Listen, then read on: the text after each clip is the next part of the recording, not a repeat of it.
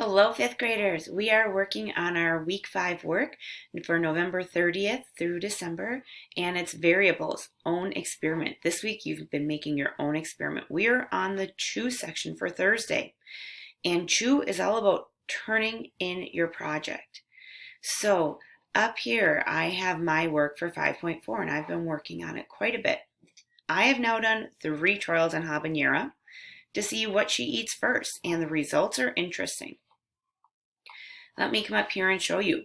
Trial 1 I shared with you on Wednesday, and on that day she ate the hornworm first, the mealworm second, superworm third.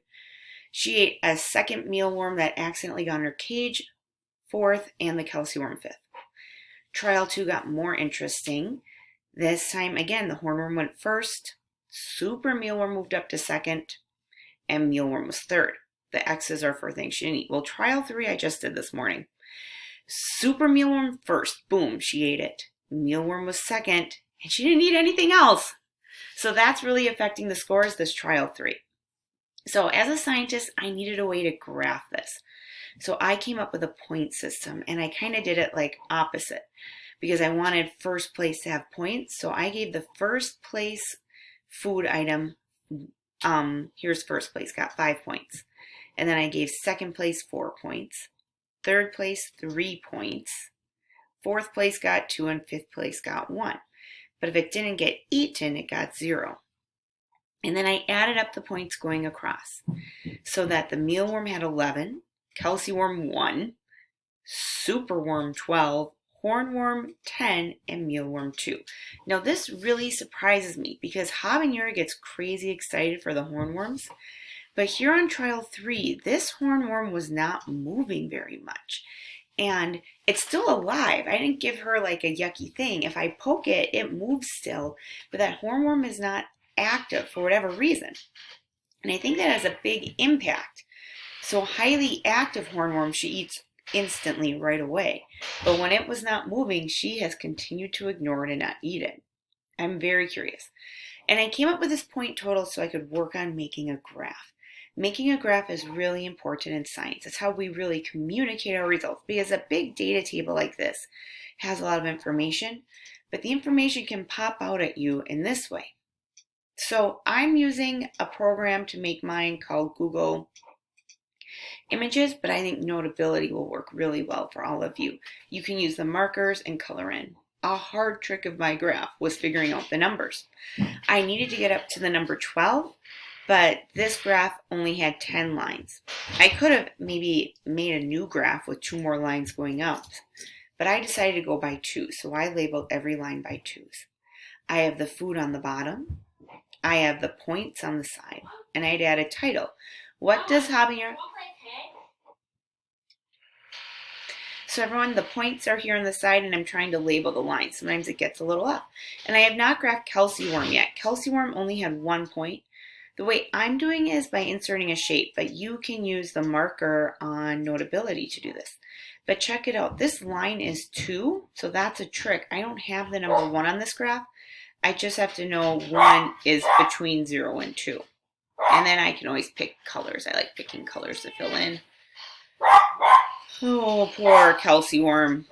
No, the calciworms that I bought were not as fresh as the other worms, and I'm wondering if that was a big factor. Maybe habanera is most interested in the food that moves the most, and those superworms move really fast. So friends, this is my graph, and ideally you would have your graph over here in your Notability file. Right here, observations or pictures. You can add in notes for me, like I wonder if we are too noisy. We waited about 4 minutes for her to eat. I wonder if people are a variable. And I'm going to add one more. I wonder if how fast the insect moves is a variable. Scientists add in a lot of wonderings and questions. It is okay not to have a solid answer. In fact, claim I learned that habanera often eats hornworms first, but not always. And then what else did I learn? That I think I learned that she really likes mealworms, hornworms, and superworms. Like, and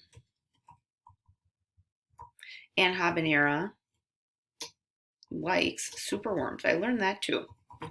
How do I know this? I know this because on the first 2 trials, she ate hornworms first.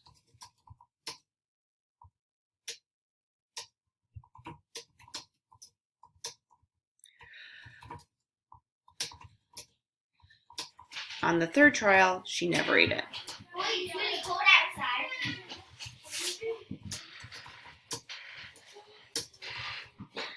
Now here's something really important in science, 5th graders. For my claim and evidence, I'm just describing what happened in my experiment, not what I thought would happen. I'm not making up what I think is a correct answer. A really important thing for claims and evidence is to write what you observed with your own eyes. And I could add a lot more to my claim and evidence.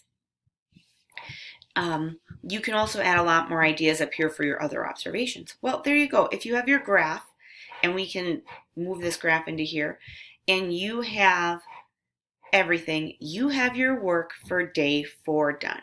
But friends, I want to tell you, you're not quite done. Your Thursday work is just this. We're turning in this final project where the worksheet's filled in with all your data, and you turn it in here where you submit your assignment. But then day 5, and you can start working on this right away. It's a discussion board, but the goal is to share your work. Maybe you want to use clips and make a really fun video in clips. You could do that. Maybe you want to share like 2 cool pictures and like just 3 sentences that summarize your experiment quick. You could do that. Maybe you want to turn in this exact same worksheet, this 5.4. Sometimes it works to take a screenshot of it and save it to your camera roll and then post the screenshots of a Notability assignment to the discussion board. Different ways work. You can upload the file. You just have to save it to your camera roll. But on Friday, your assignment is to share your project with the other kids in your class. But here's the trick. Your Friday assignment, you get graded based on if you give kind comments or questions to other scientists about their work. So that's it. I'm really hoping, sometimes some of you skip the Friday assignment, like you get kind of tired out at the end of the week. Please don't do that. This will be really fun to see what each other did. Have a good day.